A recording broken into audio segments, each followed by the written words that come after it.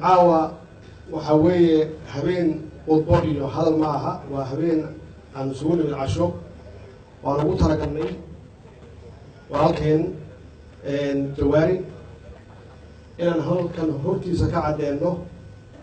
waxa alla wixii hore u dhacay sidii hore loo sheegay inaan iscafinay welina uu baarlamaankii midaysan yahay oo wax khilaaf ah uusan jirin mudane jawaari waa wada ognahay waa oday Soomaaliyeed khibrad aad u badan maxaan ku raadnaa u leh dhanka dawladda xilal badan soo qabtay wax aad u fara badan ku soo kordhiyay institutionka baarlamaanka waxaan rabaa inaan uga mahadceliyo sida mas'uuliyadda odaytinimada leh ee ku jirto uu u tanaasulay isagoo ilaalinaya institutionkan in wax alla waxii dhibaato ah oo maxaan ku raadnaa jiid ahaa inay ku ekaatay intii hore wax ka dambeeya sida lagu yaqaano baarlamaanada adduunka maxaan ku raadnaa in la isdilo in dhibaato ay dhex marto baarlamaanka uu ka ilaaliyey uuna qaatay inuu tanaasulo baarlamaankan iyo shacabka Soomaaliyeed iyo dowlad wanaag uu tanaasulay macnaheedu waxay tahay inuu magaceena iyo sharafkeennii ka ilaaliyey ceebta waxaan aaminsanahay tanaasulkaas u sameeyey oo in laba hayraatay wax shuruuduusan ku xiran inuu ilaahay ugu bedelayo sumcad iyo sharaf iyo magac maxaa yeelay anaa soo maray iyadoo dadku ay leeyihiin masjidada ku tegaysaa ummadoo dhan baa ku rabtaa ilaahay waa aragtaa wuxuu igu bedelay marka ilaahay waa qafuur raxiim awoodiisu wax limid ah ma laha waxaan aaminsanahay inuu markay ugu saaran tahay naxariista ilaahay ka helayo badbaadada uu baarlamaankan iyo shacabka Soomaaliya ka ilaaliyey foolxumada iyo magaxxumada mudane jawaari waa saan sheegay oday kulligeedna nagu leh xushmo iyo karaamo keligay ma aha annagoo dhan iyuu naga mudan yahay waxaana ku ballanay inaan sii wada shaqeyno oo si dhow u wada shaqeyno oo aqoontiisii iyo tusaaleyntiisii iyo taladiisii uusan nagala fogaan ilaahay waxaan ka rajaynaynaa wax alla wixii ku haray oo aqoona inuusan nagala fogaanin waxaan rabaa fursaddan inaan uga faa'iidaysto maanta oo ah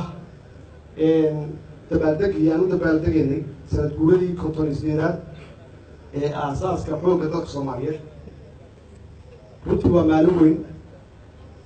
haddii dal uusan ciidan lahayn qaranimadiisu khatar ayay ku jirtaa marka inaan xoojino ciidankeenna oo aan taageerno oo golaha shacabku ay xoogga saaraan oo weliba nagu adkeeyaan inaan xuquuqda ciidamada qalabka sida aan korrino aanan ka warqabno maxaa yeelay halkan aan fadhinaa waxaan arkay inay ku jiraan xaalad adag waxay ku jiraan dhufiisyo waxay fadhiyaan bannaanka waxay ilaalinayaan qoladaas horarka ah inaysan noogu imaan halkan kanaaca ku qoraysa waxaa laga yaabaa inay u dhaawacmaan inay u dhintaan marka inaan la ognahay oo mar walba xasuusanna xaaladda adag ay ku jiraan aanan garab ku siino aanan ku taageerno aanan ku daryeelno waxaa laga rabaa xildhibaanada sharafta leh iyo xukuumadda waa haddii aan doonayno inaan dalka ka horeyno qolooyinkan horarka ah oo shabaabka ah waxaa aan markhaatimo doonta ah oo markhaati ka ah inaan soo arkay 3 isbuuc aan deganaa wasaaradda gaashaandhigga inaan soo arkay ciidan diyaarsan oo niyad wanaagsan oo doonaya iyagoo duruuf adag haysta inay dhintaan laakiin maamul xumo ku dhacday insha allah maamul xumadaasna waa ka saxeynaa wax alla wixii daryeel ah ay mudan yihiin waa siin doonaa insha allah waa mahadsantihiin waxaa noo badan ah xildhibaanada sharafta leh inaad mid ahaataan oo aan u wada shaqeyno qaranka soomaaliyeed oo aada la shaqaysaan xukuumadda hadday noqoto sharci dejintii iyo ansixintiiba haddaan midaysan nahay waxaan aaminsanahay inaan shabaabka adkaanayno laakiin haddaan qaybsan nahay waa marka ay ka faa'iidaysan karaan oo ay dhibaatooyinkan aragnay oo dee dadka ay leynayaan qaraxyada joogtada ay sameynayaan hoteeladay gelayaan ay u suurtoobayso laakiin haddaan midaysan nahay oo aan u midaysan nahay inaan dalkan dib uga xoreyno shabaab oo aan u midaysan nahay inaan dowladnimadana dhisno aan u midaysan nahay inaan ciidanka dhisno waxaan aaminsanahay si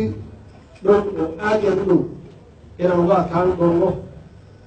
qolooyinkaas horarka ah ee al-shabaab saad ogtihiin maanta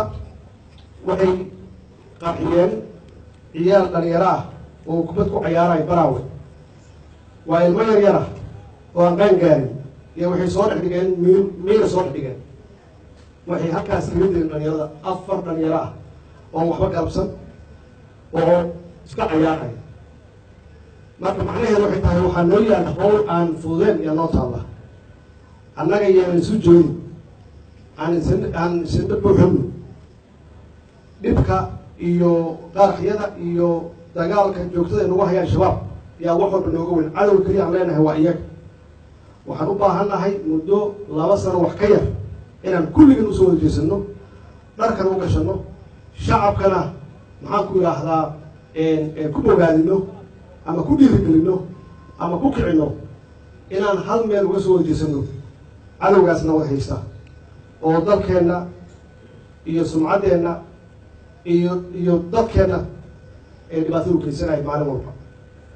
waxaan rajeynayaa insha allah annagu waa soo jeesanay kolleyba idinkana diyaar baa tihiin annagoo gacmaha haysaysana inaan dowladnimadan dhisano annagoo gacmaha haysaysana inaan cadowga la dagaalno annagoo gacmaha haysaysana inaan soo celino sharafkii iyo karaamadii uu dalkan lahaa uu dadkiisu lahayo